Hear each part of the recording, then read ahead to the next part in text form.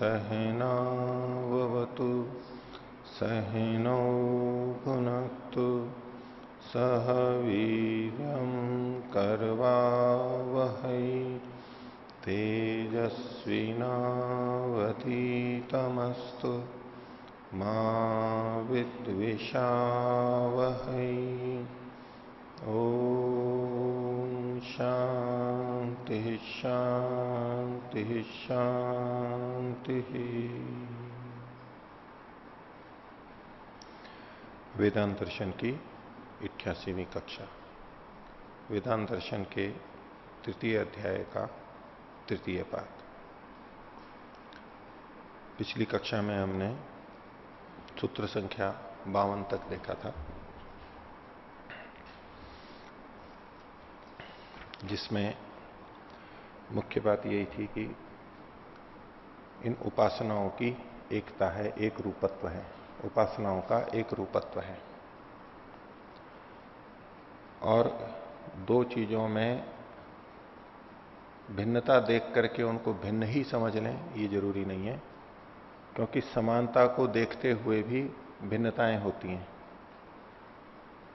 लक्षणों में, गुणों में भिन्नता को देख करके उनको भिन्न भिन्न समझ लें ये बात नहीं है, क्योंकि समानता जहां दिखाई दे रही है वहां भी भिन्नता तो हो सकती है।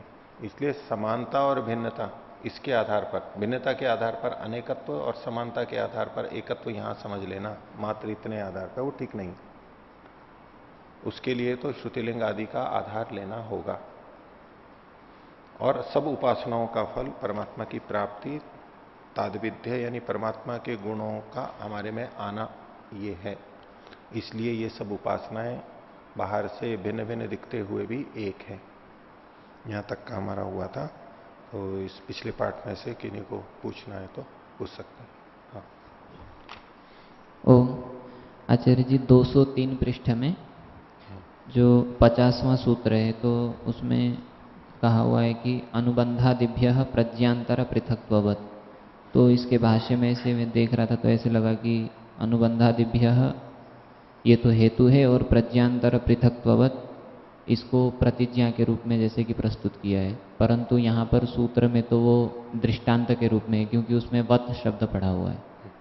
प्रतिज्ञा के रूप में का आपका मतलब ये होगा कि प्रज्ञांतर पृथक्त्वम, अनुबंध आदि के कारण से प्रज्ञांतर पृथक्त्व है। किसका? उपासनाओं का। उस तरह से ये अर्थ बन रहा है, लेकिन ऐसा नहीं लेंगे, क्योंकि प्रज्ञांतर पृथक्त्ववत् ही यहां पर लिखा हुआ है। इसमें कुछ हम अध्याय करेंगे, क्योंकि प्रसंग हमारा ये है उपासनाओं का, यूं कहो प्रज्ञांतर पृथक्त्व के समान। अब ये प्रज्ञांतर पृथक्त्व कर्मकांड आदि भिन्न भिन्न जो स्वरूप हैं उनमें भिन्न भिन्न ज्ञान होने से उन भिन्न भिन्न स्वरूप है, उनका भिन्नता है। उनके समान उपासनाओं का भी पृथक्त्व है। उपासना तो आ ही रहे हैं, लेकिन उपासनाओं का भी प्रज्ञांतर पृथक्त्व के समान। तो प्रज्ञांतर पृथक्त्व के समान क्या? तो पृथक्त्व ही आएगा। तो उपासनाओं का भी पृथक्त्व है, और हेतु के रूप में तो अनुबंधादिभ्य है ही। फल और उसकी विधियों की भिन्नता के कारण से उपासनाएं ये अलग अलग है, ऐसा पूर्व पक्षी का कहना है। तो प्रज्ञांतर पृथक्त्व न कहे, प्रज्ञांतर पृथक्त्ववत् ही है। इन्होंने देखिए भाष्य की दूसरी पंक्ति में यही लिखा है कि भिन्न भिन्न प्रकरणगताः खलु उपासनाः सन्ति ताः प्रज्ञांतर पृथक्त्ववत् भिन्ना भिन्ना मंतव्या। प्रज्ञांतर पृथक्त्व के समान भिन्न भिन्न माननी चाहिए। ये भिन्न भिन्न मतलब पृथक्त्व हो गया। कौन? ये भिन्न भिन्न उपासना है। तो ठीक है, उस तरह से ले सकते हैं। और कोई कुछ? आचार्य जी, जो सूत्र नंबर 50 में पूर्व पक्षी ने जो अपनी बात रखी कि प्रज्ञांतर और पृथक्त्व के कारण उपासनाएं भिन्न भिन्न है, तो प्रज्ञांतर और पृथक्त्व के समान नहीं, प्रज्ञांतर के पृथक्त्व के समान। प्रज्ञांतर के पृथक्त्व के समान उपासनाएं भिन्न भिन्न है। तो सिद्धांती ने जो समाधान किया सूत्र 52 में, उसमें कहा कि सभी उपासनाओं का फल अंततः एक ही होता है। तो इसमें ऐसा प्रतीत हो रहा है कि सिद्धांती ने जो समाधान दिया वो किसी अन्य परिस्थिति में है दिया है, और पूर्व पक्षी का जो मत है वो किसी अन्य परिस्थिति में है। तो इससे सिद्धांती के द्वारा पूर्व पक्षी का खंडन ठीक नहीं प्रतीत होता है। ठीक है, आपने जिस तरह से प्रस्तुत किया, अगर ऐसा ही है तब तो ये खंडन ठीक नहीं है, क्योंकि चर्चा में, वाद विवाद में, वाद परिवाद में, वाद में न्याय दर्शन के अनुसार जिस विषय पे दोनों पक्ष एक ही जगह पे होने चाहिए, जिस पक्ष में, उसी में ही कथन होता है। अगर हमने स्थिति बदल दी तो अब कोई खंडन वंडन नहीं कहला सकता है। तो आपका यह कहना है कि पूर्व पक्षी उनकी पृथकता को भिन्न ढंग से बता रहा है और सिद्धांति उनका एकत्व भिन्न स्तर पर बोल रहा है, इसलिए तो एक दूसरे का खंडन नहीं हुआ। एक ही स्तर पर रहते हुए यदि पूर्व पक्षी भिन्नता दिखाता और उसी स्तर पर रहते हुए सिद्धांति उसका एकत्व सिद्ध करता, तब तो खंडन होता। अथवा इसको दूसरे ढंग से ले रहा हूं, अथवा जिस स्तर पर सिद्धांति एकत्व बता रहे हैं उस स्तर पर पूर्व पक्षी भिन्नत्व मानता हो, अनेकत्व मानता हो, तो यह खंडन होगा। तो इसमें पहली वाली बात तो है नहीं। जिस प्रथम स्तर पर पूर्व पक्षी इन उपासनाओं को, प्रथम स्तर की दृष्टि से उपासनाओं को भिन्न भिन्न मान रहा है, वो प्रथम स्तर क्या कि अलग अलग उपासनाओं में अलग अलग शब्दों का प्रयोग किया गया है, परमात्मा के अलग अलग गुणों का प्रयोग किया गया है, ये भिन्नता है। इस स्तर पर यदि पूर्व पक्षी भिन्नता मान रहा है, उस स्तर पर तो सिद्धांति भी भिन्नता मानता ही है, शब्दों के स्वरूप के और प्रक्रिया के भेद को देखते हुए। लेकिन समस्या कहां पर है? इस प्रथम स्तर पर उपासना की भिन्नता को स्वीकार करके पूर्व पक्षी ऊपर के स्तर पर भी उपासना की भिन्नता देख रहा है, फल के स्तर पर भी। स्वरूप में भिन्न देखते हुए परिणाम में भी वो भिन्न भिन्न देख रहा है। अब यहां पर सिद्धांति को भेद है, इसलिए वो कह रहा है कि यहां एकत्व है। तो बाद वाले स्तर पर जहां सिद्धांति एकत्व मान रहा है, वहां पूर्व पक्षी बहुत्व मान रहा है, पृथकत्व मान रहा है।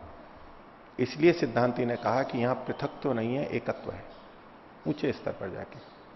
प्रारंभिक स्तर पर भिन्नता में कोई दोष नहीं है। जैसे कि मनुष्यों के लिए हम कहें कि सब मनुष्य अलग अलग हैं, भिन्न भिन्न हैं, तो अपनी जगह तो ठीक ही बात है, हम सब अलग अलग हैं, हमारी सबकी अलग अलग पहचान है, नाम है, रंग रूप है, मकान है, घर परिवार है, सब अलग अलग है, एक वास्तविकता है, सत्य है। और इसके बाद में जब कोई बड़ा व्यक्ति, महापुरुष कहता है नहीं हम सब एक हैं, तो एक कहते हुए वो भिन्नता का खंडन कर रहा है परोक्ष रूप से। भिन्न भिन्न नहीं, हम एक हैं। यूं मत बोलो कि हम भिन्न भिन्न हैं, हम सब एक हैं। कि देश वाले बोले कि हम सब भारतवासी एक हैं। अब ये जो एकत्व का प्रतिपादन है, स्तर तो भिन्न भिन्न दिख रहे हैं, पर ये बड़ा व्यक्ति, महापुरुष देख रहा है कि ये जिस भिन्नता को देख रहा है कि इसका घर अलग, मेरा घर अलग, इसका परिवार अलग, मेरा परिवार अलग, ये जो भिन्नता देख रहा है, इस भिन्नता के आधार पर ये अपने को भिन्न भिन्न ही मान रहे हैं। जो भिन्नताएं दिख रही हैं उसके आधार पर वो सबको भिन्न भिन्न ही मान रहे हैं अंत तक। तो महापुरुष ये कह रहा है कि ये जो दिखने में भिन्न भिन्न है, अब यहां स्वीकार कर रहा है वो तो हर कोई स्वीकार करेगा रंग रूप की भिन्नता। ये जो दिखने में हम भिन्न भिन्न है, इसके बाद भी हम एक हैं। तो परिणाम में अंत में ऊंचे स्तर पर सामान्य व्यक्ति एकत्व नहीं देख पाता। महापुरुष वहां कहते हैं कि यहां एकत्व देख लो, भिन्न भिन्न होते हुए भी एकत्व देख लो इसमें। बस उसी शैली से यहां पर कहा गया है, इसलिए ये एक ही स्तर पर दोनों देख रहे हैं। कथन में ऐसा लगेगा कि भिन्न भिन्न स्तर के हैं, लेकिन दोनों जगह दोनों स्तर हैं, इसलिए उस तरह से खंडन करना ठीक है। यहां पर उपासनाओं का एकत्व फल की दृष्टि से कि सब में परमात्मा के गुणों की प्राप्ति होती है, परमात्मा के गुणों की प्राप्ति होती है। अब कि परमात्मा को जो दयालु मान करके उपासना कर रहा है, उसको भी परमात्मा का आनंद मिलेगा या नहीं? दयालु मान के, न्यायकारी मान के उसने अपने को शुद्ध कर लिया है, विकार हटा लिए, अविद्या हटा ली। अब जो परमात्मा का आनंद मिलेगा उसको भी मिलेगा। जिसने सर्वव्यापक मान करके व्याप्य व्यापक भाव बना के ईश्वर को आनंद स्वरूप मान के उपासना की और अपने को निर्मल कर लिया और ईश्वर साक्षात्कार हो गया, उसको भी आनंद ही मिलने वाला है, ज्ञान भी मिलने वाला है। वो जो परमात्मा के गुणों की प्राप्ति है वो तो सबको एक ही जैसी होनी है, उसमें कहां भेद है? एक ही बात है। ठीक है, तो आगे चलेंगे। तो वैसे प्रधान रूप से उपासना का विषय चल रहा था और उसमें उपसंहार, व्यतिहार, ये सारा चल रहा था। अब पूर्व पक्षी को उपासना की इन विधियों का किसी तरह से खंडन करना है। बीच में भी, पीछे भी कुछ तरह से खंडन किया, यहां प्रकारांतर से कुछ और तरह से खंडन करना चाह रहा है। विषय तो भिन्न उठाता हुआ दिखेगा ये, लेकिन वास्तव में वो उन उपासनाओं का, उपासनाओं के स्वरूप का, उसके फल का, उसका ही खंडन करना चाह रहा है, लेकिन भिन्न शैली से करना चाह रहा है। तो देखिए 53वें सूत्र की भूमिका, पृष्ठ संख्या 204। प्रकारांतरेण उपासना विषय आक्षेप क्रियते। दूसरे ढंग से परोक्ष रूप से उपासना पर आक्षेप किया जा रहा है पूर्व पक्षी के द्वारा। क्या है? तो 53वां सूत्र है, एक आत्मनः शरीरे भावात। एक का मतलब यहां एके, कुछ लोग ऐसा मानते हैं। क्या मानते हैं? आत्मनः शरीरे भावात, आत्मा के शरीर में होने के कारण से। वैसे तो आत्मा शरीर में ही रहती है, लेकिन यहां वो तात्पर्य नहीं है। इनका तात्पर्य यह है कि शरीर ही आत्मा है, शरीर में ही आत्मा है, यानी शरीर ही आत्मा है, ऐसा कुछ लोग कहते हैं। और ऐसा कह करके वो अंततः उपासना का, या जो ऊपर ताद्विध्य कहा गया, तत्सादृश्य कहा गया, गुणों की प्राप्ति कही गई, उसका खंडन कर रहा है। क्योंकि उपासना का फल तो पीछे यही बताया था, परमात्मा के गुणों की प्राप्ति, परमात्मा से सादृश्य हो जाना। उस सादृश्य का ये खंडन कर रहा है कि सादृश्य हो ही नहीं सकता है। तो भाष्य देखिए, एके आत्मनः शरीरे भावात, एके जना, कुछ लोग, कुछ मानने वाले। कौन है वो? अनात्मवादी ना, जो आत्मा को मानते नहीं है। आत्मा मतलब जीवात्मा को जो नहीं मानते अलग से। तो अनात्मवादी न आत्मनो जीवात्मन शरीरे भावात, आत्मा को, आत्मा जीवात्मा का शरीर में भाव मानने पर कि शरीर ही आत्मा है। इसको दूसरे ढंग से खोल रहे हैं स्पष्ट करने के लिए, अन्यत्र शरीरात अभावात, शरीर से अन्यत्र उसका अभाव होने से, यानी शरीर से भिन्न न होने से। एक इस पंक्ति का अर्थ तो यह हो सकता है कि आत्मा शरीर में रहती है और शरीर से बाहर नहीं रहती है। इसका प्रथम दृष्टया जो वाक्य का अर्थ निकलेगा वो क्या? आत्मा शरीर में होती है, शरीर से बाहर नहीं होती है। तो ये तो सिद्धांत भी मानेगा, पर यहां उस तरह का तात्पर्य नहीं है इसका। शरीर में ही आत्मा को देख रहा है, यानी शरीर ही आत्मा है, और शरीर नहीं है तो आत्मा भी नहीं है। शरीर को ही आत्मा मान रहा है और शरीर से भिन्न आत्मा नहीं है, ये जो मंतव्य है, ये यहां तात्पर्य है इनका। अगर पहला वाला अर्थ लेंगे तो भाष्य की आगे की संगति नहीं लगेगी। ये दूसरा जो अर्थ बोल रहा हूं उस तरह आगे की संगति लगे, और यही कहना चाह रहे हैं। वाक्य रचना कुछ ऐसी है कि दोनों ही अर्थ निकल सकते हैं इसे। तो कुछ व्यक्ति जो अनात्मवादी हैं, जो आत्मा को मानते ही नहीं है, आत्मा को नहीं मानते का क्या मतलब हुआ? शरीर से भिन्न आत्मा को नहीं मानते। वो शरीर को ही जब आत्मा मानते हैं, आत्मा क्या है? तो शरीर ही है। जब शरीर ही आत्मा है तो बस एक ही चीज हुई।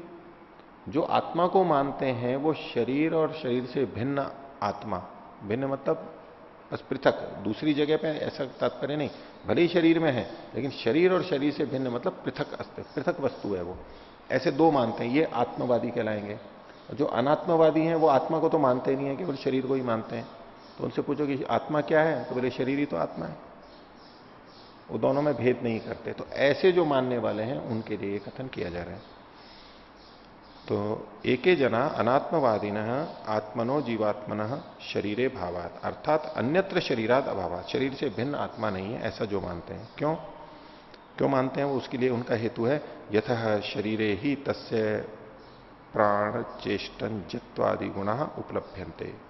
क्योंकि चेतन के जो लक्षण हैं, आत्मा के जो लक्षण बताए जाते हैं, वो कहां मिलते हैं हमारे को?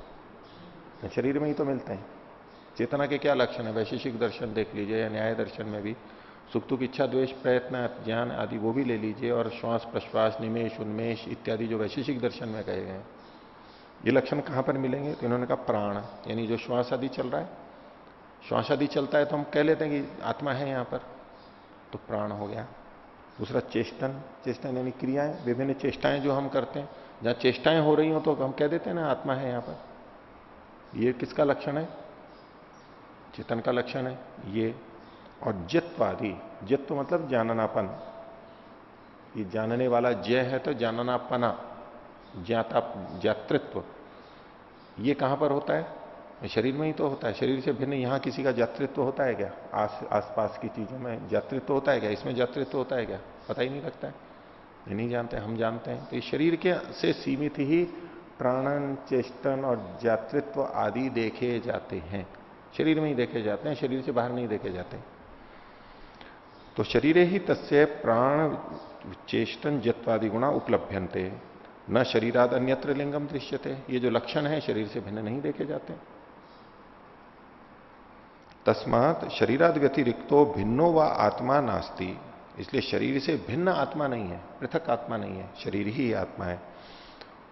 और जब ऐसा है तो अब ये उपासना पे जाके आक्षेप करेगा इस आधार पे कि पुनः उपासनाया परमात्मना सह ताद्विध्यम तत्सादृश्यम मोक्षश्च कस्य भवेद इति आक्षिप्यते। तो फिर उपासना के द्वारा परमात्मा के साथ जो ताद्विद्य है, जो पिछले सूत्र में सिद्धांति ने रखा था ताद्विद्य होता है, तत्सादृश्यम, यह पे बिंदी लगा लीजिए, तत्सादृश्यम उसके समानता, और मोक्षश्च, मोक्ष कह लीजिए उसको, वो किसका होगा फिर? क्योंकि शरीर का तो हो नहीं सकता।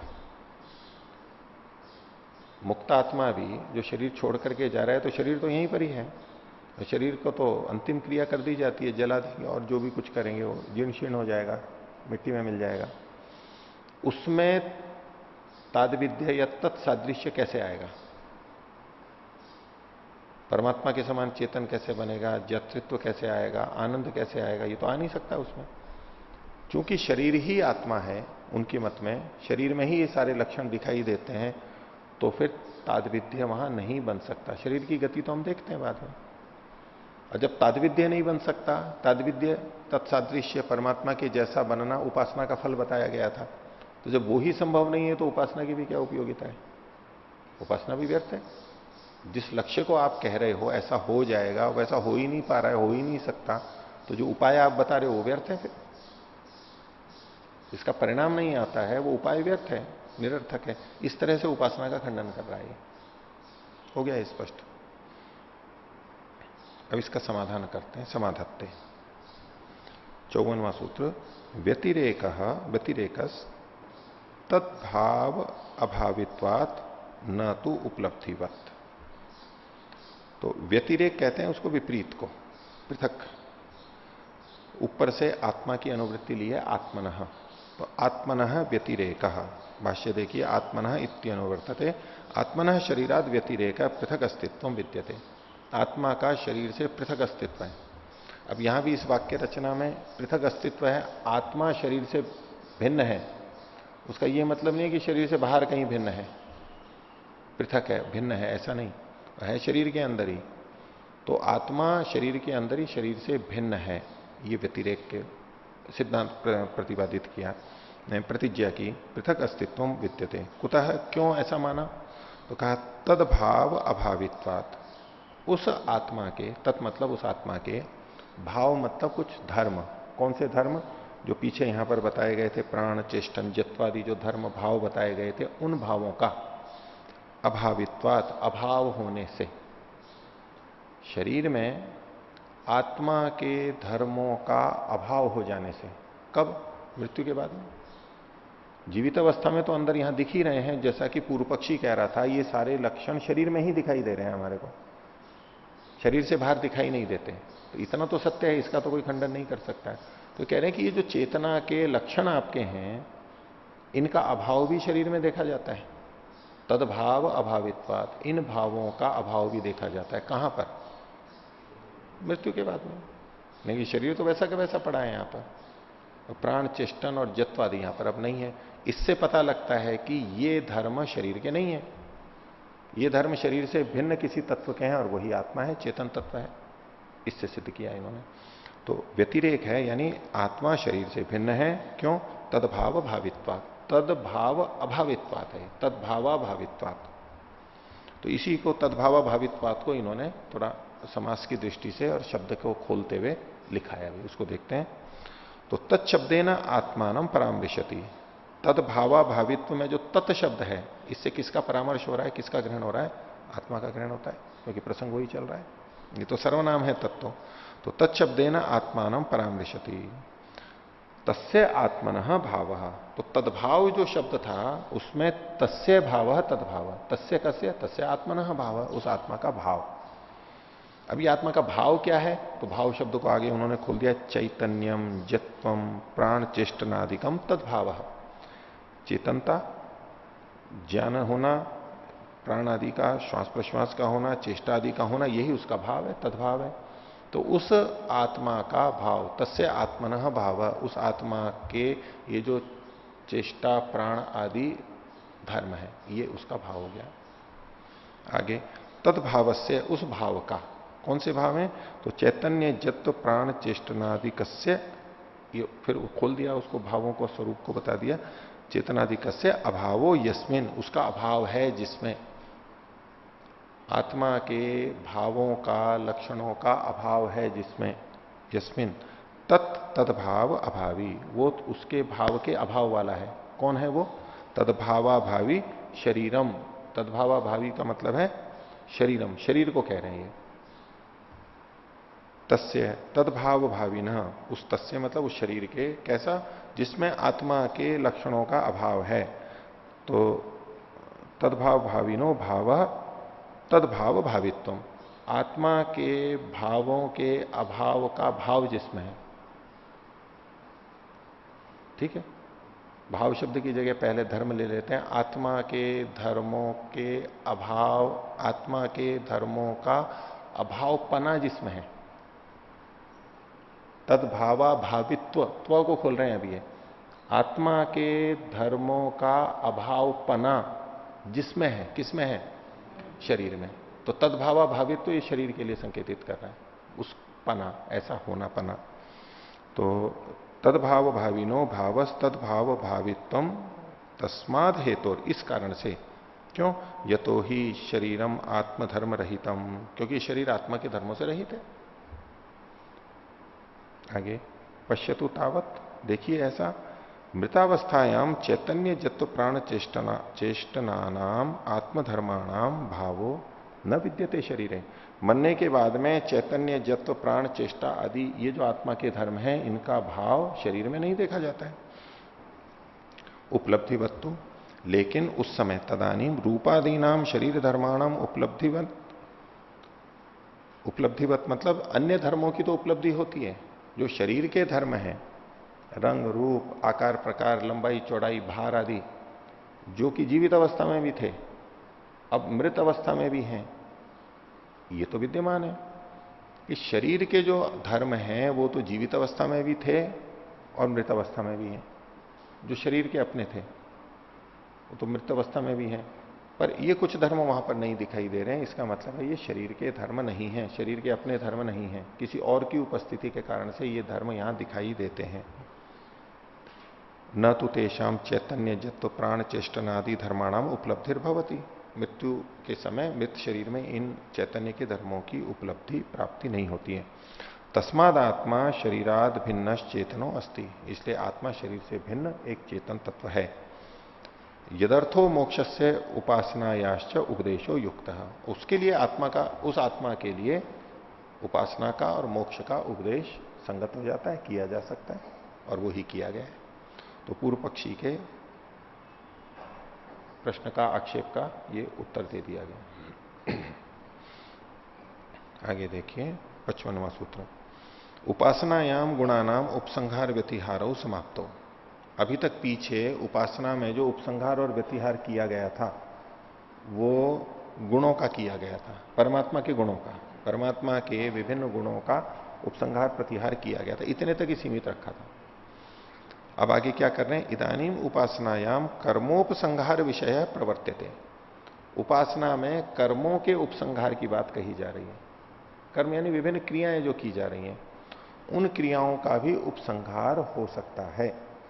वो उपासना की जो शैली है उसका भी उपसंहार हो सकता है, न केवल परमात्मा के गुणों का, कर्मों का भी उपसंहार हो सकता है। ये विषय आगे चलाया जा रहा है। 55वां सूत्र, अंगावबद्धास्तु न शाखासु ही प्रतिवेदम। अंगावबद्धास्तु, अंग से अवबद्ध। अंग और अंगी दो शब्द हैं। अंग तो छोटे छोटे होते हैं हमारे, पूरा शरीर तो हो गया अंगी, और उसके जो छोटे छोटे भाग हैं एक एक ये हो गए अंग। उपासना में भी ऐसा ही होता है, एक मुख्य चीज होती है, उसके साथ में छोटी छोटी चीजें जुड़ी भी रहती हैं। याग आदि कर्मों में भी होता है, एक मुख्य कर्म होता है, उसके साथ साथ छोटी छोटी चीजें पहले और बाद में जुड़ी भी रहती हैं। तो उन अंगों से युक्त अंगावबद्धास्तु, तो ये जो अंग हैं छोटे छोटे से, वो न शाखासु, ये केवल शाखाओं में ही नहीं रहते। वेद की जो विभिन्न शाखाएं हैं, प्रकार हैं, अलग अलग संप्रदाय रहे हैं, अलग अलग शैली से वहां पर उपासना को बताया जाता है। वहां जो अंग अलग अलग बताए गए, कुछ अंग यहां बता दिए, कुछ अंग यहां बता दिए, कुछ अंग वहां बता दिए। तो वो जो अंग हैं वो केवल शाखाओं में ही नहीं, प्रतिवेदम, प्रतिवेद में भी वो एक दूसरे के साथ उसका उपसंहार किया जाता है, वो इधर से उधर आ सकते हैं। उसी को कर्मकांड के उदाहरण से यहां पर बताया जा रहा है। देखिए, अंगावबद्धास्तु भाष्य, उद्गीत आदि उपासनांगता ये खलु विधया, ये उपासन अंगता ये लिखा हुआ है, उपासनाम गता ऐसा है यहां पर, ये कर लीजिए। उद्गीत आदि उपासना को प्राप्त हुई हुई ये खलु विधेय, जो विधियां हैं, विधियां मतलब कुछ क्रियाएं हैं। उद्गीत भी एक उपासना का प्रसंग है, जो कि छंदोग्य उपनिषद में विस्तार से आता है। तो उद्गीत आदि उपासनाओं को जो विधियां प्राप्त हुई हैं, यहां पर कुछ विधियां प्राप्त हुई हैं, वो उद्गीत उपासना में ही प्राप्त हुई हैं, अन्य उपासनाओं में प्राप्त नहीं हुई है। अन्य उपासनाओं में कुछ दूसरी विधियां प्राप्त हुई हैं। ये जो विधियां हैं ये अंग के रूप में छोटी छोटी छोटी अलग अलग। तो उद्गीत आदि उपासनाओं की अंगता को जो विधियां प्राप्त हैं, कैसे, उसको उदाहरण से बता रहे हैं। तो उद्गीत की उपासना का पहले प्रसंग इन्होंने बताया, छांदोग्य का सबसे पहला वचन है, ओम इत्येतत् अक्षरम उद्गीतम उपासीत। उद्गीत की उपासना करें, कैसे, ओम इत्येतत् अक्षरम, ओम इस अक्षर को, इसी को उद्गीत मान करके उपासना करें, इसको ऊंचा बोले, जोर से बोले। सोमयाग में बहुत ऊंचा बोलते हैं, इतने जोर से बोलते हैं। अब जिनको समझ नहीं है वो कहेंगे कि क्या भगवान बहरा हो गया है, इतनी जोर जोर से करते हैं, तो अंदर की सुनता है। जो नमाज के लिए भी वो कंकर पाथर जोड़ के मस्जिद ले ही बनाए, ता ऊपर मुल्ला बांग दे, क्या बहरा हुआ खुदा है। ठीक है, एक व्यंग है वो, कबीर दास जी का है संभवतः, ये है कबीर जी का। हाँ, तो एक तरह से व्यंग है, और हम इसको अच्छे अर्थ में भी लेते हैं। भी चिल्लाने से क्या फायदा, परमात्मा को कहना है, वो तो अंदर का सुन ही लेता है, हमारे अंदर ही सुन लेता है। ठीक है, सुन लेता है। अगर ऐसा है तो जितने भी ओम के उच्चारण किए जाते हैं वो भी बोल के भी क्यों किए जाते हैं? जो इसका खंडन करते हैं इनका कि इतने जोर जोर से करते हैं, लाउड स्पीकर छोड़ देना, वैसे जोर से। तो ओम की उपासना, ओम का जप आदि कराते हैं ना, तो जोर से भी बोलते हैं, फिर उपांशु बोलते हैं और मन से भी बोलते हैं। तीनों वर्णन है हमारे यहां भी, मनुस्मृति में भी तीनों आते हैं। ये भी ठीक है कि जो मन से होता है वो अधिक लाभकारी होता है, लेकिन जो मन से नहीं कर सकते, होठ हिला के करते हैं, होठ हिला के नहीं कर सकते, बोल के कर लेते हैं, उनको भावना ही नहीं जगती उनको। कुछ चीजें ऐसी होती है ना, उसको जोर का झटका लगाना होता है तो हिलती है वो, और नहीं तो हिलती नहीं है, वो सक्रिय नहीं होती है। तमोगुण की अधिकता है वहां पर जोर से बोला जाता है। और हमारे को कोई बात हो जाए, कोई घटना हो जाए, तो एक तो हम धीरे धीरे नहीं बोलेंगे, वहां पर तेज ही बोलते हैं। जब भावनाओं का आवेग होता है तो हम तेज ही बोलते हैं। तो तेज बोल करके अपने भावनाओं के को उभारा जाता है, वहां तमोगुण है, उसको उभारने के लिए तेज बोला जाता है। जब विशेष मुसीबत आ जाती है तो भगवान का नाम लेकर के व्यक्ति बहुत जोर जोर से बोलने लगता है, जोर जोर से अपने लोगों को पुकारने लगता है। पास में होते हैं तो भी जोर से बोलता है, पास में खड़े वो सुन नहीं रहा है हमारी, वो जोर जोर से बोलने लगता है। या भावना वेग हो तो जोर से बोलता है। तो ऐसे ही उद्गीत का तो मतलब ही यही होता है ना। उद्गीत मतलब ऊपर करके, गाया जाता है, वो जोर जोर से बोला जाता है और प्लुत करके बोला जाता है उसको। वहां मंत्र पाठ में भी आपने देखा तो बोले ओम इत्युत अक्षरम उद्गीतम उपासिता, यह उद्गीत है, इसको ऊंचा करके बोलो, लंबा करके बोलो। और लंबा करके बोलते हैं तो लगता है जैसे अंदर घुस गया या दिमाग में चला गया, हल्के में तो पता ही नहीं लगे। तो ये छांदोग्य का एक एक एक है, बिल्कुल प्रारंभ का भाग है। ये उद्गीत उपासना का प्रारंभ बता दिया। अब इसके अंदर जो विधियां बताई जा रही हैं, जो प्रथम पंक्ति में कहा था उद्गीत आदि उपासनांगताम खलु, ये विधेय है तो उद्गीत उपासना एक प्रकार हो गया, उपासना का, उपासना की भिन्नता का एक प्रकार हो गया। अब उसमें जो विधियां बताई गई हैं वो क्या है, वो आगे बताई, जो कि छांदोग्य में वर्णन की गई थी। लोकेशु पंचविध सामोपासिता, इन लोकों में ही पंचविध साम की उपासना करें। उद्गीत की उपासना करनी है, मूल बात है। तो फिर वहां साम की उपासना आ जाती है, उसमें 5 चीजें की जाती हैं साम की उपासना। साम मतलब सामगान आदि किया जाता है, तो उसमें हिंकार करते हैं पहले, हिंकार हिंग ऐसे बोलते हैं, ये हिंकार हुआ। हिंकार के बाद में प्रस्ताव करते हैं, कुछ शब्द प्रारंभ में बोलते हैं। फिर तीसरा आता है उद्गीत। उद्गीत के पहले हिंकार और प्रस्ताव होता है, फिर उद्गीत आता है। उद्गीत के बाद में प्रतिहार आता है, एक समापन जैसा, समापन से पहले, फिर अंत में समाप्त होता है, उसको निधन बोलते हैं। तो ये जो 5 चीजें कही गई हैं, ये साम की उपासना की जाती है। ऋक मंत्र पर साम का गान किया जाता है और उस साम के गान में इन 5 चीजों को लिया जाता है। केवल ओम ही नहीं है, उसके साथ साथ मंत्र के अंश भी अलग अलग ढंग से बोले जाते हैं। ये तो हुई साम की उपासना 5 प्रकार से। अब इस साम की उपासना का प्रयोग एक अलग विधि करके क्या कहा गया, लोकेशु पंचविधम साम उपासिता। ये जो लोक हैं इनमें भी 5 प्रकार की साम की उपासना कर ले। एक तो मंत्रों को लेके बोलते हैं, ये तो वास्तविक साम उपासना हो गई। इन लोकों में भी 5 साम की उपासना कर ले, ऐसा मान ले। कैसे कर ले, तो इन 5 के लिए उन्होंने वहां पर कहा कि जैसे मंत्र के समय, सामगान के समय हिंकार करते हैं, तो लोकों के समय में हिंकार क्या है, बोले ये पृथ्वी हिंकार है। पृथ्वी एक लोक है। साम की 5 चीजों का भी अलग ढंग से विधि में गिना रहे हैं। तो हिंकार क्या है, पृथ्वी हिंकार है। प्रस्ताव क्या है, तो बोले अग्नि प्रस्ताव है। अब देख लोक को रहे हैं, लेकिन साम उपासना ही चल रही है, ये परमात्मा की उपासना ही चल रही है। एक एकांत में बैठ करके मंत्र को लेकर के हम उपासना कर रहे हैं, इन शब्दों का प्रयोग कर रहे हैं। एक व्यक्ति ये नहीं कर रहा है, वो पृथ्वी को देख रहा है, पृथ्वी को देखते हुए हिंग का ला रहा है, अग्नि को देख करके प्रस्ताव की बात ला रहा है, और अंतरिक्ष को देख करके उद्गीत आ रहा है। उद्गीत क्या है, अंतरिक्ष उद्गीत है। ये तीसरा लोक हो गया, अंतरिक्ष लोक। और प्रतिहार क्या है, आदित्य सूर्य को प्रतिहार की दृष्टि से देख रहे हैं। और निधन क्या है, द्युलोक निधन की तरह से है। तो इन लोकों को इस तरीके से देख रहा है जैसे कि वो परमात्मा की उपासना ही कर रहा है। ये एक विधि हो गई। उद्गीत की ही उपासना चल रही है, उसमें एक विधि ये हो गई लोकोपासना। इसलिए कहा लोकेशु पंचविधम साम उपासिता, इन लोकों में भी 5 प्रकार की साम की उपासना को कर ले इस रूप में। एक बात हुई। आगे कहा, अच्छा इसमें ये संशोधित कर लीजिए, छांदोग्य है, ये छाने लिखा हुआ है, छांदोग्य। आगे देखिए, वृष्टौ पंचविधम साम उपासिता। वृष्टि में जो बारिश होती है, इसमें भी पंचविध साम की उपासना की जा सकती है। ब्राह्मण लोग पंचविध साम की उपासना करते हैं, बोले वृष्टि को देख करके भी वही कि वो 5 साम की उपासना की जा सकती है। वैसे ही परमात्मा का ध्यान लगाया जा सकता है।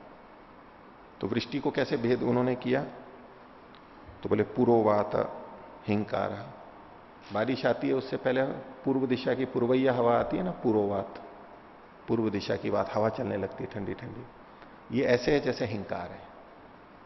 अब इसमें भी परमात्मा की उपासना देख रहा है, वो हिंकार है। दूसरा प्रस्ताव होता है, तो पूर्वा वायु आई और फिर बादलों की उत्पत्ति हुई, बादल आने लगे, ये प्रस्ताव की तरह से हो गया, बस आने वाला है, प्रस्तावित है। उद्गीत क्या है, जब बरसता है ये उद्गीत है, मुख्य बारिश शुरू हो गई, ये उद्गीत की तरह से हो गया। और फिर जब उसमें प्रकाशित होता है, यानी बिजली कड़कती है, गड़गड़ करती है और जगमगाहट होती है, ये क्या है, ये प्रतिहार की तरह से है, जैसे शाम में प्रतिहार होता है। और निधन क्या है, तो जब उद्गृह्णाति, बिल्कुल अंत में जैसे थोड़ा सा समाप्ति जैसी स्थिति होती है, उद्गृह्णाति मतलब डकार लेने जैसा है, और डकार कैसे लेते हैं? भोजन समाप्त होने को होता है तो बोले अब तो डकार आ गई, अब तो भोजन समाप्त हो गया। ये समाप्ति का सूचक है। तो अंत में जैसे कुछ अधिक वृष्टि होकर रुक जाती है या ऐसे उसको, तो इन्होंने कहा वृष्टो पंचविधम साम उपासित है, इस वृष्टि में भी 5 प्रकार के साम की उपासना कर लो। ये एक विधि हो गई। ये जो इन्होंने अंक में कहा अंगावबद्धास्तु, ये जो वर्षा में पंचविध साम की उपासना ये सब जगह नहीं कही हुई है।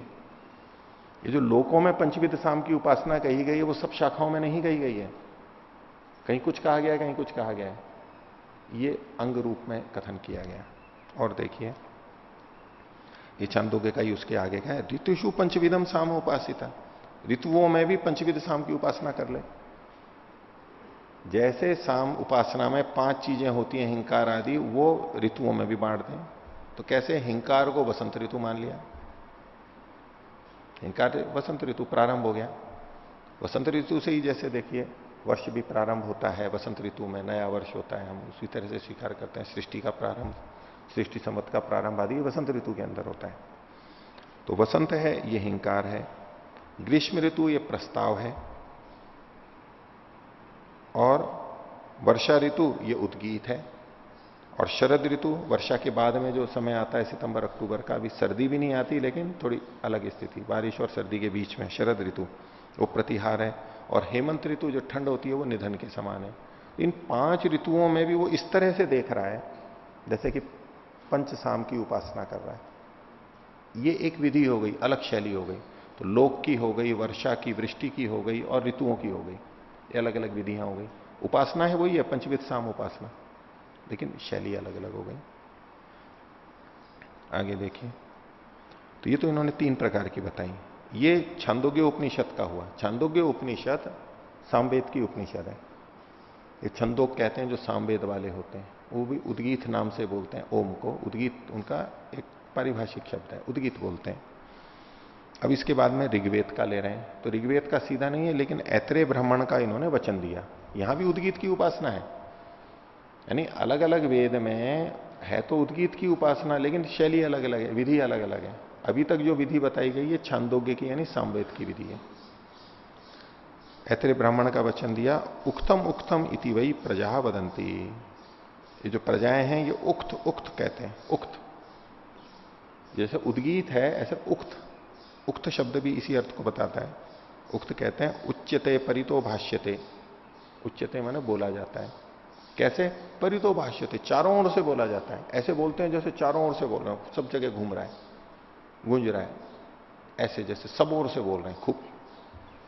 तो उच्यते परितो भाष्यते यत्तत् उक्तम, उसको उक्त कहते हैं। इस सामवेद को भी उक्त कहते हैं, वो खूब गाया जाता है। सामवेद की जो 1000 शाखाएं मानी जाती हैं, उसके गायन के प्रकार हैं। जैसे शास्त्रीय संगीत के होते हैं, अलग अलग ढंग से गाया जाता है, बहुत विविध तरह से, और खूब जोर जोर से गाते हैं वो, सब तरह से पूरी लय के साथ में। ऐसे ही मंत्रों को गाया जाता है। तो उक्तम उक्तम इति वही प्रजा वदंती। लोग कहते हैं उक्त उक्त है, बहुत ऊंचे ऊंचे से बोल रहे हैं, खूब अच्छे से बोल रहे हैं। तो बोले कि इसको किस ढंग से देखेगा, तो तद इदम एव उक्तम इयम एव पृथ्वी। ये उक्त वही है, ये पृथ्वी जो उक्त है।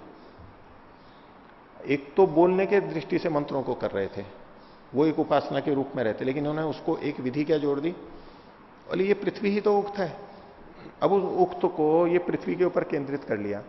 वो पृथ्वी को इस ढंग से देखने लग गया कि उसके साथ परमात्मा जुड़ गया उसका, वो परमात्मा को जोड़ लिया उसने।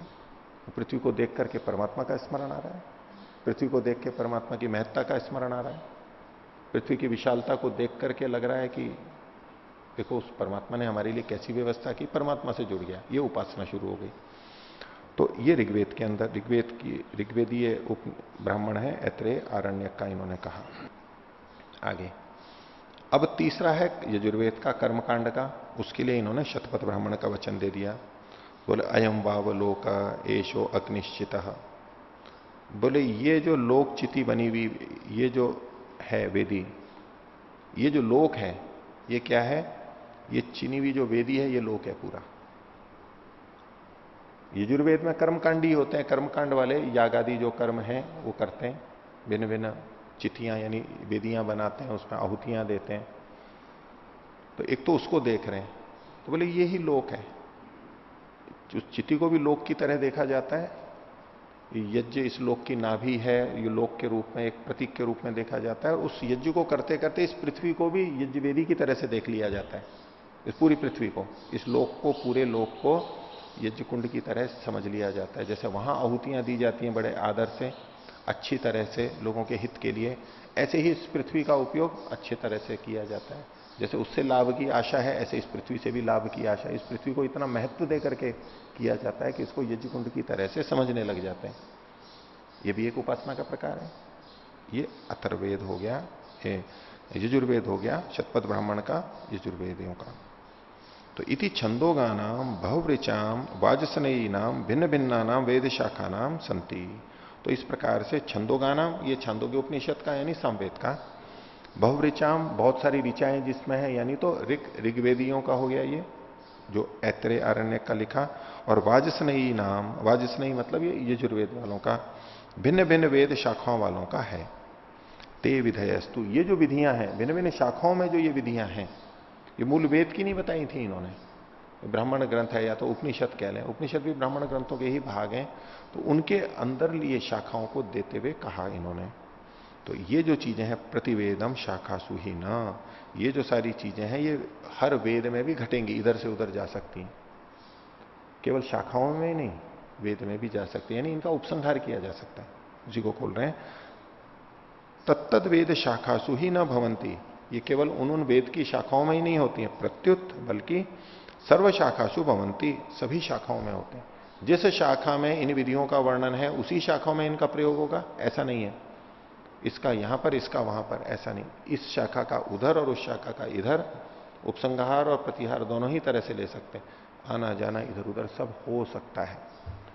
सर्व शाखासु भवंती, और सर्व शाखासु तेषाम विधिनाम उपसंहारो व्यतिहारो व यथायथम कर्तव्यम, सब शाखाओं में उन विधियों का उपसंहार और व्यतिहार, व्यतिहार भी सारा ले लिया, दोनों ही चीजें, ये यथायथम कर्तव्यम, जैसा योग्य है वैसा किया जा सकता है, कर लेना चाहिए। नहीं तो क्या होगा, अलग अलग शाखाओं वाले हैं, भाई नहीं हमारे यहां तो यही है और यही करना है हमारे को, दूसरी शाखा का यहां जो कुछ कमी है तो दूसरे से नहीं लेंगे हम तो हमारे यहां तो यही है तो हम तो यही लेंगे, दूसरे से नहीं लेंगे। मीमांसा दर्शन में भी ये बात आती है कि जहां जो कमी है वो दूसरे से ले ली जाए, दूसरों को कुछ कमी है वो हमारे से ले लें, इसकी पूर्ति करते हुए चला जाए। सब जगह सब चीजों की मुख्यता नहीं होती है। जैसे आजकल हम ले लें, बहुत सारी संस्थाएं हैं, किसी संस्था में किसी चीज की विशेषता है, किसी संस्था में किसी की विशेषता है, न्यूनताएं हैं वो अलग बात है, लेकिन विशेषताओं को देखें तो कहीं कुछ व्यवस्था अच्छा ही है, कहीं सेवा बहुत अच्छी है, कहीं ज्ञान अधिक अच्छा है, कहीं सफाई अधिक है, ऐसे कहीं श्रद्धा भक्ति अधिक है, ऐसे अलग अलग चीजें अधिक अधिक हैं। अब किसी ने एक शाखा का, एक संस्था का जो भी परंपरा है उसको ले लिया, और वो दूसरे की लेते हुए डरेगा, बोले वो चीज यहां क्यों लो, तो हमारे तो है ही नहीं है, हमारे यहां तो यह ही नहीं, लेना ही नहीं चाहिए हमारे को तो ऐसे ही चलना है। ऐसा नहीं, जो उधर आपको यहां जो कमी लग रही है, जो चीज यहां नहीं है वहां दूसरी जगह वो अच्छी चीज वो यहां ली जा सकती है, कोई आपत्ति नहीं है उसमें, अनुकूल उचित सिद्धांतानुकूल होनी चाहिए। ये तो शास्त्रों का वर्णन है, ये तो सब ठीक ही है, ये मैं एक लौकिक उदाहरण दे रहा हूं, यह सब ठीक नहीं है, लेकिन यहां जो चीज ठीक है वो तो ली जा सकती है। ध्यान उपासना पद्धतियों में भी कहीं बैठने के ऊपर बहुत जोर है, बहुत अच्छे ढंग से बैठते हैं तो उनको बैठने की विधि वहां से ले सकते हैं। कुछ जगह व्यवस्थाएं बहुत अच्छी की गई होती हैं, बैठने का स्वरूप है, आसन है, माहौल है, भवन है, मक्खी मच्छर से रहित है, ऐसी स्थिति, वो जो अनुकूलता बनाई जाती है वातावरण की, परिसर की, हमारे यहां नहीं, हम उससे ले सकते हैं, कौन सी आपत्ति है। कहीं ध्यान की मुख्यता है, ज्ञान की मुख्यता है, तो वहां नहीं है तो वो इधर से ले सकते हैं। तो ऐसे इनका उपसंहार किया जा सकता है। एक जगह कहीं वर्णन किया वो वहीं रहे, ऐसा कोई नियम नहीं है। तो अंगावबद्धास्तु न शाखासु ही प्रतिवेदम, ये जो अंग रूप में बद्ध चीजें हैं ये भिन्न भिन्न शाखाओं में हैं, सब जगह इनका उपसंहार प्रतिहार किया जा सकता है। प्रतिवेदम, हर वेद के अंदर हर संबंध में किया जा सकता है। आगे 56वें सूत्र की भूमिका है, नहीं तत्र विरोधाकांक्षा कार्या। यहां पर विरोध की आशंका नहीं करनी चाहिए कि तो विरोध हो जाएगा, हमारे यहां तो यह है नहीं, वहां से ले लिया तो ये तो विरोध हो जाएगा, विरोध की आशंका नहीं करनी चाहिए। उचित चीज ले रहे हैं उसमें कोई विरोध नहीं है। नहीं तो कई बार कितना सख्त हो जाता है कि कोई गीत कहीं किसी जगह गाया जाता है, किसी संस्था में, अच्छा गीत है, सिद्धांत अनुरूप है, भजन गाया जाता है, वहां प्रसिद्ध है बहुत, वो दूसरे ले लें तो कहेंगे कि ये तो वो वाले हो गए। जैसे हमारे यहाँ यज्ञ प्रार्थना है, अच्छी है यज्ञ प्रार्थना, ऐसी यज्ञ प्रार्थना को दूसरे कभी नहीं लेंगे क्योंकि वो आर्य समाज के साथ में जुड़ गई है। इसी तरह से उधर जो कुछ प्रार्थनाएं हैं जुड़ी हुई हमारा प्रचलित हैं, गीत की पंक्तियां हैं, बहुत प्रसिद्ध हो गई हैं, अच्छी हैं, सब कुछ है, लेकिन वो दूसरे वाले नहीं लेंगे क्योंकि उसको लेते ही वो लगेगा हमने वहां से ले लिया। वो अहंकार स्वीकार ही नहीं करता है। अच्छा होते हुए भी लोग लगेगा कि जैसे यहां कमी थी, हमारे लोग सोचने लगेंगे यहां नहीं था क्या जो वहां से लिया है आपने। अंदर से स्वीकार्य है लेकिन बाहर से नहीं ले सकते। ये सामाजिक वर्जनाएं बन जाती हैं, अपना अपना घेरा रहता है। तो अच्छी चीज वहां से ली जा सकती है सब जगह से। तो बोले इसमें विरोध की आशंका नहीं करनी चाहिए, न ही तत्र विरोधाकांक्षा कार्य, किंतु कैसे है तो 56वां सूत्र है, मंत्र आदि वद्वा अविरोध। मंत्र आदि के समान यहां पर अविरोध है। मंत्र का उदाहरण देंगे ये कि कैसे देखो भिन्न भिन्न वेद होते हुए भी इसका उपयोग वहां किया गया, उसका उपयोग वहां किया गया। तो जब मंत्रों के बारे में हम एक वेद से दूसरे वेद के प्रसंगों में कर्मों में कर सकते हैं तो इनमें क्यों नहीं कर सकते। इसको उदाहरण देके बताया, मंत्र आदि वद्वा अविरोध। भाष्य देखिए, हेत्वंतर पक्षे वा शब्द, सूत्र में जो मंत्र आदि वत वा जो शब्द है, वा का मतलब तो वैसे अथवा होता है, लेकिन यहां पर हेत्वंतर को बताने के लिए कहा गया है। हेत्वंतर मतलब पीछे एक हेतु दिया गया पिछले सूत्र में, यहां अब उसी बात की पुष्टि के लिए एक और हेतु कहा जा रहा है, यह हेत्वंतर हो गया, भिन्न हेतु प्रस्तुत किया जा रहा है। तो हेत्वंतर पक्षे वा शब्द मंत्रादि नाम मंत्र गुण द्रव्यानाम, सूत्र में मंत्रादि शब्द पढ़ा गया है, तो मंत्र और आदि, तो आदि से क्या ग्रहण करेंगे, मंत्र तो मंत्र होते ही हैं, तो आदि शब्द से दूसरी चीजें भी कुछ आनी चाहिए। उसको भाष्यकार ने खोला, मंत्रादि नाम अर्थात मंत्र गुण द्रव्याणाम। इसमें मंत्र के साथ साथ गुण और द्रव्यों का भी ग्रहण कर लिया। मंत्र तो स्वयं हो ही गए, उसके अलावा जो गौण बातें हैं, छोटी छोटी सहायक चीजें वो, और द्रव्य मतलब उसमें काम में आने वाले घटक द्रव्य वो, उनको भी हम ऐसे ही कर सकते हैं। कैसे हैं ये, शाखांतर दृष्टानाम, जो भिन्न शाखाओं में देखे गए हैं, मिलते हैं, शाखांतरे विनियोगो भवती, दूसरी शाखा में उसका विनियोग होता है, देखते हैं। कर्मकांड का उदाहरण दे रहे हैं। इसके लिए एक प्रसंग दिया इन्होंने, ऋग्वेद का एक ये मंत्र है, यो जात एव प्रथमो मनस्वान, फिर अंत में का सजनास इंद्र, ये सजनास इंद्र हर मंत्र के अंत में आता है वहां पर, सजनास इंद्र, सजनास इंद्र, ये ऋग्वेद का है। तो इति ऋग सूत्र मंत्र, ऋग्वेद के इस सूक्त के जो मंत्र हैं उनका विनियोग कहां किया गया, तो देखिए, सजनीयम शस्यम, ये तैत्तरीय संहिता का है, जो कि ये यजुर्वेद का है। तो ये जो उन्होंने कहा सजनीयम शस्यम, ये सजनीयम, ये सजना से इंद्र की तरफ संकेत है। तो ऋग्वेद के इन मंत्रों का उपयोग यजुर्वेद के कार्य में किया गया है, देखा जाता है। तो सजनीयम शस्यम अध्वर्य वे कर्मणि विनियोज्यन्ते, ये अध्वर्यु का कर्म है।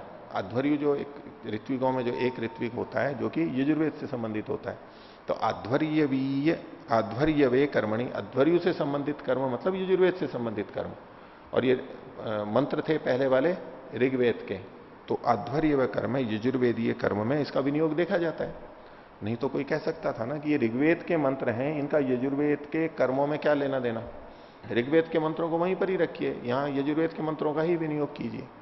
लेकिन ऋग्वेद के मंत्र भी यहां पर विनियुक्त देखे जाते हैं कर्मकांड में। आगे, तथा येषाम अपनी शाखी नाम समिदादय प्रयाजा न आमनाता तेषाम अपनी गुण विधि आमनायते। एक उदाहरण तो ये पीछे दे दिया, अब दूसरा उदाहरण देते हैं। तो ये भी कर्मकांड का उदाहरण दिया, प्रयाज। प्रयाज और अनुयाज जो होते हैं, मुख्य यज्ञ के याग के पहले जो किए जाते हैं वो प्रयाज है, और अनुयाज जो बाद में किए जाते हैं। तो प्रयाज 5 प्रकार के होते हैं। तो यहां जो शब्द लिखा है इन्होंने, समिदादय, समित आदि, उसमें समित सबसे पहला होता है।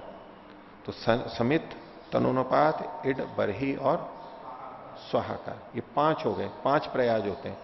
तो यथा येषाम अपनी शाखी नाम समिदादय प्रयाजा न आमनता, जिन शाखाओं में इन 5 प्रयाजों का कथन नहीं किया गया है, कुछ जगह किया गया है, कुछ शाखाओं में इन 5 प्रयाजों का कथन नहीं किया गया है। तो यथा तथा येषाम अपनी शाखीनाम समिदादय प्रयाजा न आमनाता नहीं पढ़े गए हैं, तेषाम गुण विधि आमनायते, वहां पर भी उन्होंने इनका प्रयोग करते हुए गुण विधि की गई है, गुणों की विधि की है उन्होंने। इसको उदाहरण में लेते हुए, प्रयाजों को उदाहरण में लेते हुए गुण विधि की गई है। गुण विधि मतलब उससे संबंधित कोई बात कही गई है, वो अभी आगे देखते हैं। क्या है ये वाक्य? ऋतवो वही प्रयाजा समानत्र होतव्या, ये मैत्रायणी संहिता का है। तो मैत्रायणी संहिता में 5 प्रयाजों का उल्लेख नहीं है, वर्णन नहीं है। मैत्रायणी संहिता वाली शाखा में 5 प्रयाजों का वर्णन नहीं है, दूसरों में मिलता है, लेकिन वहां 5 प्रयाजों का वर्णन न मिलते हुए भी इस वाक्य में 5 प्रयाजों का नाम तो आ गया। क्या कहा? ऋतवः, जो कुछ याग होते हैं ऋतु संबंधित, ऋतवः होतव्य, ऋतु संबंधित याग किए जाने चाहिए। कहां किए जाने चाहिए? प्रयाजा समानत्र, जहां प्रयाजों के समान स्थान पर किए जाने चाहिए। जिस स्थान पर प्रयाज किए जाते हैं वहीं ये ऋतु के याग भी किए जाने चाहिए, होम किया जाना चाहिए। ये गुण विधि की गई है कि ऋतु होम कैसे करेंगे, कहां करेंगे? जिस जगह पे प्रयाज किए जाते हैं उस जगह पे, ये जो कथन किया इस स्थान पर, उसी स्थान पर ये गुण विधि की गई है, यहां करने चाहिए। तो उस शास्त्र में प्रयाजों का कोई वर्णन ही नहीं है, लेकिन समझाते हुए कहा कि प्रयाज के समान स्थान पर करना चाहिए, तो गुण विधि में प्रयाज का प्रयोग कर लिया। तो इससे क्या संकेत हमारे को मिल गया कि भले ही वहां शास्त्र में 5 प्रयाज नहीं बताए गए हैं, लेकिन उसको स्वीकार्य है, वो दूसरी शाखा में बताए गए, वहां से लिए जा सकते हैं जो के तो ऋतुओ वही प्रयाजा समानत्र होतव्या मैत्रायणी संहिता इति तथैव अत्रापि एवमेव विज्ञेयम नहीं विरोधो भवति। तो उसी प्रकार से यहां पर भी समझ लेना चाहिए और इसमें कोई विरोध नहीं आता है। एक कर्मकांड का उदाहरण देते हुए, वेद का उदाहरण देते हुए, जब यहां विरोध नहीं आ रहा है तो हम इनमें क्यों विरोध कर रहे हैं? एक दूसरे से ले सकते हैं। तो उपसंहार और प्रतिहार जैसे गुणों में होता है, ऐसे इन विधियों में संबंधित छोटे छोटे कर्मों में भी हो सकता है, हम ले सकते हैं। यहां कोई चीज नहीं है तो दूसरी जगह से ले सकते हैं। तो ये जो उपसंहार किया गया, इसका एक अपवाद बता रहे हैं। यहां पर उपसंहार नहीं करना चाहिए। वो उपसंहार वहां करेंगे जहां कुछ हमें कमी प्रतीति हो रही है, और जहां परिपूर्णता है तो वहां उपसंहार की आवश्यकता नहीं है। उसके लिए एक अपवाद यहां पर बताया जा रहा है। अंगोपासना स्वीकार्या इत्युक्तम, अंगोपासना स्वीकार्या इत्युक्तम, अंग उपासनाएं स्वीकार की जानी चाहिए, आपने अभी अभी कहा। किंतु वैश्वानरोपासनायाम न अंगोपासना कार्य, वैश्वानर की उपासना में अंगोपासना नहीं करनी चाहिए। वैश्वानर ये परमात्मा की ही उपासना है, लेकिन एक परिपूर्ण उपासना है वैश्वानर की। ये उपनिषद का प्रसंग है। जो कैकेयी अश्वपति थे, उनके पास में कई ब्राह्मण साधक उसको वैश्वानर विद्या को, वैश्वानर उपासना को सीखने के लिए गए थे। वो कथा हमने देखी है उसमें उपनिषद में। और उसने कैकेयी राज ने, अश्वपति ने उन सबसे एक एक से पूछा कि आप क्या उपासना करते हो वो बताओ, आप कैसे उपासना करते हो वो बताओ। तो उसने बताया कि आप वैश्वानर के एक अंग की उपासना कर रहे हैं, आप उस अंग की उपासना कर रहे हैं, आप उस अंग की उपासना कर रहे हैं। फिर उसने अंगी की उपासना बताई कि ऐसे हैं। उन सबने पूछा कि अच्छा हम तो, आप क्या कर रहे हो, कौन से वैश्वानर की उपासना कर रहे हो? तो उसने पूरे अंगों की बताई। उस प्रसंग को लेकर के ये एक बात रख रहे हैं। तो वैश्वानर उपासनायाम न अंगोपासना कार्य, वहां अंग की उपासना नहीं करनी चाहिए। अपितु अंगिना एवं वर्ण्यते, लेकिन वो उपासना अंगी की जानी चाहिए, अंगी की जानी चाहिए, पूरे की उपासना की जानी चाहिए। जो पूरे की नहीं कर सकते वो अंग की करते हैं, एक एक भाग की करते हैं। लेकिन जहां पूरे की कर सकते हैं वहां फिर अब अंग की करने की आवश्यकता नहीं है। जैसे कि हम संध्या के अंतर्गत ले लें, मनसा परिक्रमा मंत्रों को ले लें, अलग अलग दिशाओं में हम परमात्मा के अलग अलग गुणों को लेकर के उपासना कर रहे हैं। अब ये कैसे हो गई? अंगोपासना हो गई। हम किसी दिशा विशेष में परमात्मा के कुछ विशेष गुणों को लेकर के विचार कर रहे हैं, उपासना कर रहे हैं उसकी। लेकिन इसका यह मतलब नहीं है कि परमात्मा केवल उसी दिशा में वैसा है। वो तो सब दिशाओं में सब जैसा है, एक जैसा ही है। लेकिन फिर भी हम एक एक को लेकर के कर रहे हैं, क्योंकि हम समग्र रूप से नहीं देख पाते। कुछ गुण हमने इधर देख लिए, कुछ गुण यहां देख लिए। लेकिन अगर कोई सबको लेकर के उपासना कर रहा है, ये सारे गुण परमात्मा में सब जगह हैं, अब उसको एक एक अंग की उपासना करने की जरूरत नहीं है। उन अंगोपासनाओं को यहां पर उपसंहार करके लाने की उसको आवश्यकता नहीं है, क्योंकि वो परिपूर्ण रूप से सर्वत्र परमात्मा को उसी तरह से देख रहा है। बस ये इसी तरह का संकेत यहां पर है। तो इसको, सूत्र को और भाष्य को तो हम आगे देखेंगे। तो अंगोपासनाएं जो छोटी छोटी हैं, हम उपसंहार वहां करेंगे ना जहां कुछ हमारे को कमी दिख रही हो, अल्पता दिख रही हो। लेकिन जिस जगह सारी चीजें दी गई हैं, कर्मकांड में भी ऐसा ही होता है, जहां सारी विधियां प्रकृति में सारी चीजें दी गई हैं, वहां इधर उधर से नहीं लाया जाता है। लेकिन जहां संक्षेप से कह दिया गया, कुछ चीजें नहीं कही गई हैं क्योंकि अन्यत्र कही जा चुकी हैं, इसलिए वहां से उठा के यहां पर लाई जाती है। ऐसे ही उपासना के प्रसंग में जब संपूर्ण उपासना है, उसके वचन हम कल देखेंगे, वहां फिर अंगोपासना को नहीं लाया जाता है, एक साथ संपूर्ण उपासना की जाती है। तो आज का विषय इतना ही रखते हैं। प्रणव ध्वनि।